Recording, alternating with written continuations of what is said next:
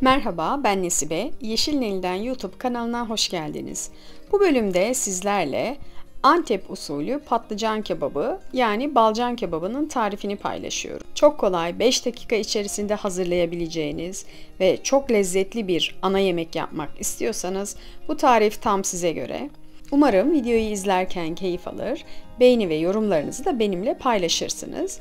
Ben bu tarifi yaparken 6 kişiye rahatlıkla yetecek kadar patlıcan kebabı yaptım. Siz yapmak istediğiniz kişi sayısına göre malzeme miktarını oranlayabilirsiniz. Patlıcan kebabının öncelikle köftesini hazırlayalım. Bunun için derin bir kabın içerisine 1 kilo kıyma alalım. Kıyma olarak kuzu döşten çektirilmiş kuzu kıyması kullanıyoruz. Eğer isterseniz dana kıyması da kullanabilirsiniz ama kuzu kıyması çok daha güzel, çok daha lezzetli oluyor. Kıymanın üzerine damak zevkimize göre tuz ve karabiber ekleyelim. Antep usulü patlıcan kebabı gerçekten çok lezzetli ve yapması son derece kolay bir yemektir.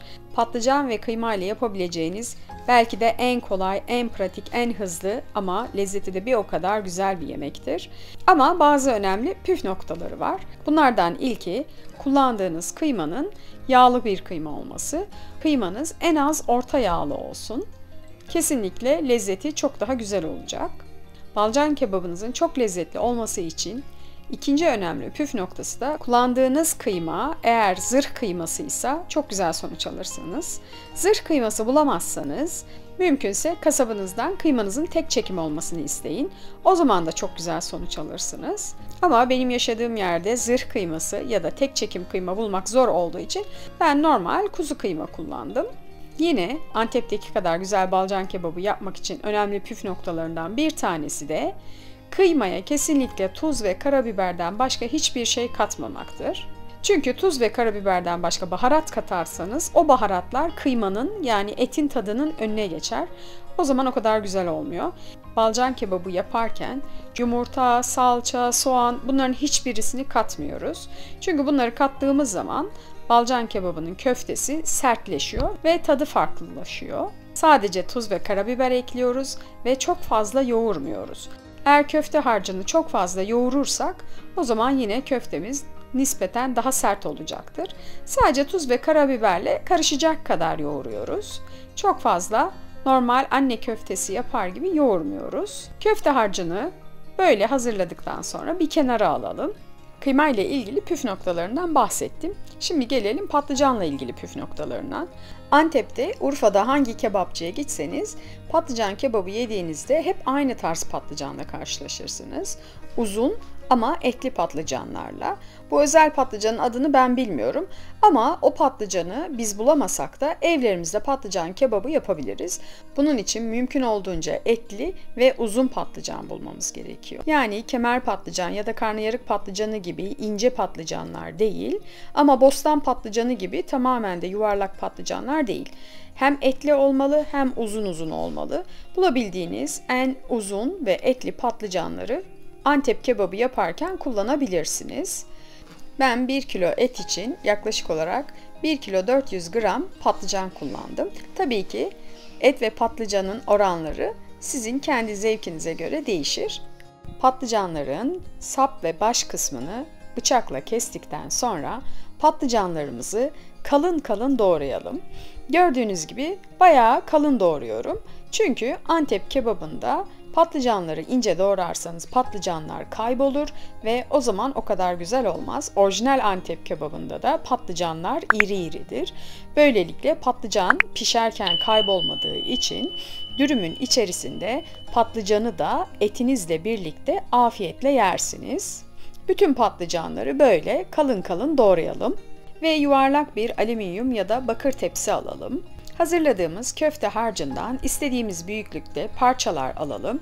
Onları elimizle hafifçe yuvarlak hale getirip bir patlıcan bir köfte, bir patlıcan bir köfte şeklinde kullandığımız tepsiye hepsini dizelim. Benim kullandığım patlıcanlar iri olduğu için ben köfteleri de iri parçalar halinde aldım. Ama biz böyle çok seviyoruz. Çocuklarım da böyle çok seviyor. Özellikle dürümün içerisinde köfteleri parçaladığımız zaman çok büyük bir keyifle yiyorlar. Daha önce de dediğim gibi kullanacağınız etin miktarı tamamen sizin kişisel zevkinize bağlı. Bütün patlıcanları ve köfteleri böyle tepsiye sıraladıktan sonra tepsinin ortasında boş kalan yere domates koyalım ve patlıcan kebabını önceden ısıtılmış alt üst ayar 220 derece fırında yaklaşık yarım saat pişirelim. Yarım saat sonra patlıcan kebabının içerisine 6-7 adet yeşil biber ve eğer elinizde varsa birkaç tane de kapya biber koyalım. Benim elimde kapya biber olmadığı için ben kapya biber koymadım. Ama elinizde varsa kapya biber de eklemenizi tavsiye ederim. Çünkü muhteşem bir lezzeti oluyor. Bunları da fırın tepsisinin içerisine ekleyip yine 220 derece fırında yaklaşık 10-15 dakika pişirelim. Tabii ki benim söylediğim bu süreler benim kullandığım kadar iri patlıcan kullanırsanız geçerli. Eğer sizin patlıcanlarınız daha ince ise o zaman patlıcan kebabının fırında kalma süresi biraz daha kısalacaktır. Lütfen buna dikkat edin. Patlıcanlar ve köfteler istediğimiz seviyede piştikten sonra fırından alalım ve patlıcanların üzerine tuz gezdirelim ve patlıcan kebabını gönlümüzce servis edelim. Patlıcanlarımızı görüyorsunuz, iri iri doğradığımız için içleri boşalmadı ve gayet güzel kendi etini koruyor. Ve emin olun patlıcanın bu hali çok lezzetli. Eğer elinizde varsa patlıcan kebabını lavaşla dürüm yaparak yiyin. Çünkü patlıcan kebabı en güzel lavaşın içerisinde güzelce patlıcanını açarak, köftesini parçalayarak, üzerine pişmiş domatesini güzelce açarak ve güzel kızarmış biberini de koyup güzel bir dürüm yaparak yenilir. Bu arada tepsinin tabanında oluşmuş olan yemeğin suyuna ekmek banmayı da unutmayın lütfen. Çünkü o yemeğin suyu tam ekmek banmalık, muhteşem bir lezzeti var. Köfteleri de görüyorsunuz. Köftelere yumurta, salça, başka hiçbir şey katmadığımız için hem çok lezzetli hem de küçücük bir dokunmayla dağılıyor. Kesinlikle sertleşmedi, lokum gibi. Umarım bu çok kolay tarifi beğenmişsinizdir ve siz de bahsettiğim püf noktalarına dikkat ederek pratik bir şekilde pişirir ve evlerinizde sevdiklerinizle birlikte afiyetle yersiniz. Beğeni ve yorumlarınızı da benimle paylaşırsanız beni çok mutlu edersiniz. Emeğimi beğendiyseniz beğen tuşuna basmayı, bu tarifi başkalarının görmesini istiyorsanız tarifimin linkini paylaşmayı, mutfağımda pişen diğer lezzetlerden haberdar olmak istiyorsanız kanalıma abone olup zil sesini açmayı lütfen unutmayın. Başka tariflerde buluşmak üzere, sevdiklerinizle birlikte afiyette kalın.